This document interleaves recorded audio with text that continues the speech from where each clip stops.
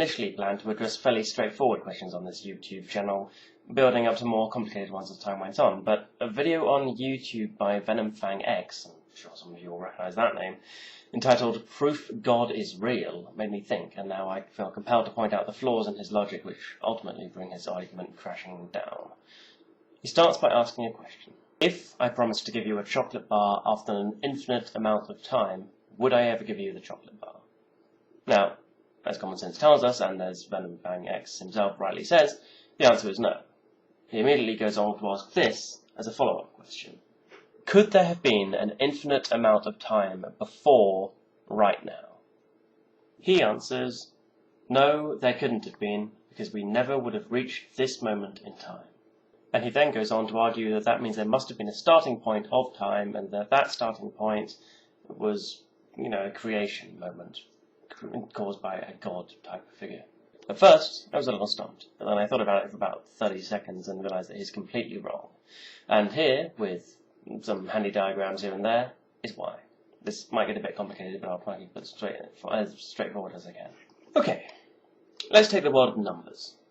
If we put negative infinity, 0, and positive infinity on the sliding scale, it might look something like this.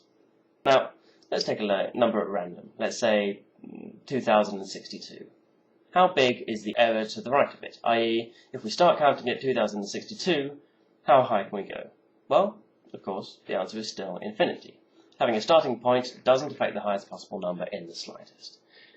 Let's now pick another number, say 1982.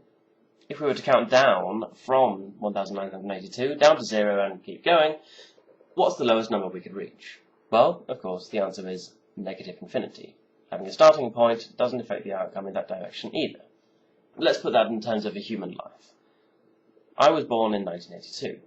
If I live, say, for 80 years and die in 2062, we notice that the time during which I lived was finite, but the time either side of it is infinite. So let's apply that to VenomFangX's argument. He's actually saying something a lot more basic.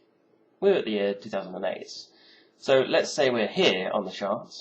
If we could keep counting down from 2008 past 0 and keep going, what's the lowest number we would reach? It is, once again, negative infinity.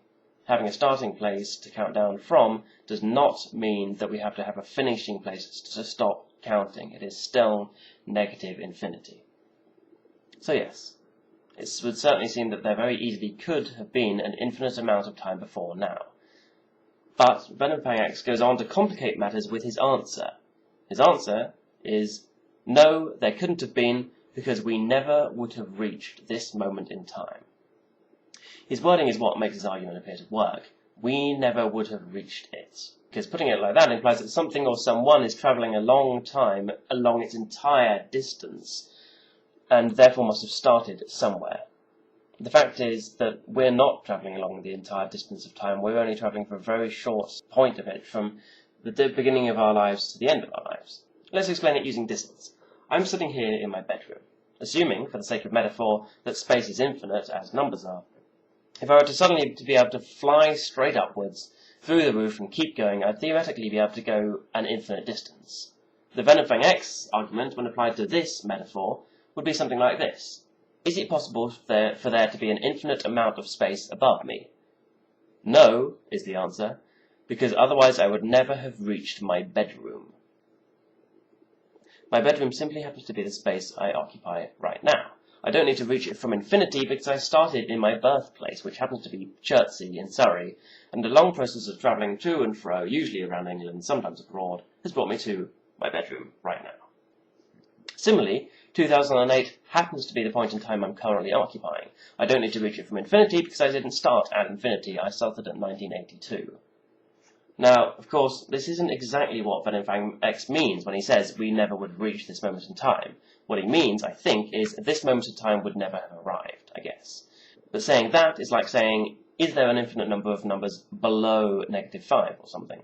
And then arguing that there couldn't possibly be because otherwise we never would have reached -5. It simply doesn't stand up as an argument. It's complicated, I know, but VenomFangX is using this complication to get his point across. He's using a cleverly worded argument coupled with a preceding irrelevant question to try and prove something which is provably false.